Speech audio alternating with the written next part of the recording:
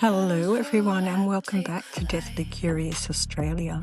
I'm Monique and this is another Deathly Curious Dispatch, our special update series where we cover important developments and significant stories from the worlds of haunted history, true crime, folklore and the unexplained. If you're new here, welcome. Around here we like to stay curious, ask questions and separate what's documented from what's become legend. Before we jump in, just a quick note.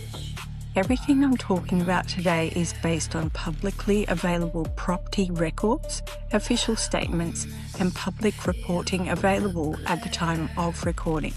If anything changes, I'll bring you another dispatch. Now, I wasn't planning on recording another Conjuring House update quite this quickly, but when I saw this news, I thought it was worth jumping behind the microphone.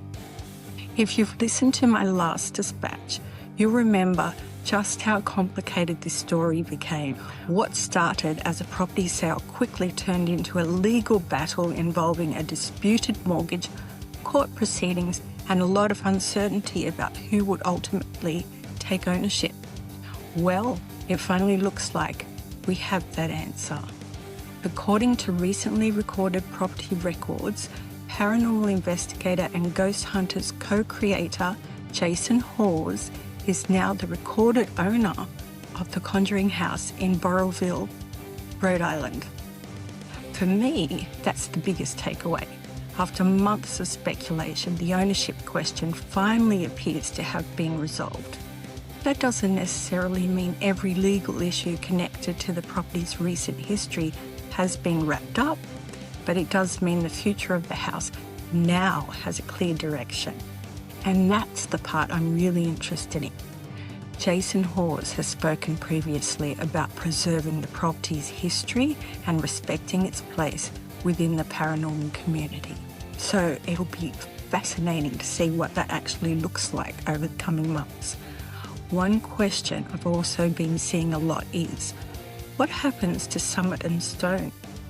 As many of you will remember, the company associated with Elton Castee and Matt Rife became the holder of the mortgage note during the legal dispute, which naturally led to plenty of speculation that they might eventually take ownership of the property.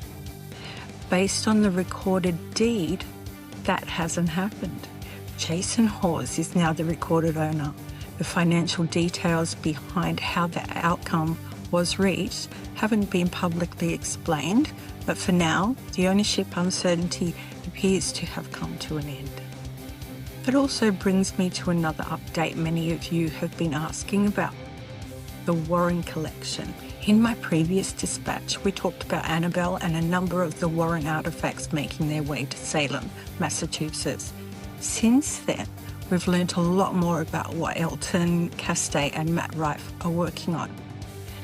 Their focus now appears to be firmly on the haunted Warren Museum, which is being prepared at 259 Essex Street in Salem. At the time I'm recording this, the museum isn't open to the public just yet. Instead, the collection is being installed, promotional material is being released, and the team is building towards opening later in August. According to the project's official announcements, the dedicated Haunted Warren Museum website is launching this week, with ticket information, exhibits, and visitor experiences set to be announced. Current plans are for the Salem Museum to operate through to late December, while work continues on securing a larger permanent home. Another interesting detail is that not everything is leaving Connecticut. According to the current plans, Annabelle and several of the Warren collection's best-known artifacts, including the Shadow Doll and a handful of other headline items, will relocate to Salem. The Munro property will continue operating as the Haunted Warren House for private overnight stays, with hundreds of other artifacts remaining there for guests to experience. So it's interesting to see how these stories have now branched off. Jason Hawes now appears to be writing the next chapter for the Conjuring House. Meanwhile, Elton Castee and Matt Rife have have shifted their attention to creating what they're describing as the next chapter for the Warren Museum. They're different stories now, but they're still connected by one thing: preserving places and collections that have become part of paranormal history.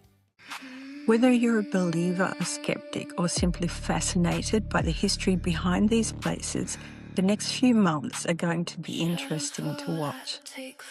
As always, I'd love to know what you think. What are your thoughts on Jason Hawes becoming the owner of the Conjuring House? Are you planning to visit the new Warren Museum? If you find yourself in Salem, let me know in the comments if you're watching on YouTube, or come join the conversation on the Deathly Curious Australia social media pages. If there's another significant development, you'll hear about it here on Deathly Curious Dispatch. Thank you for listening, and until the next dispatch, stay curious, because some stories are still unfolding.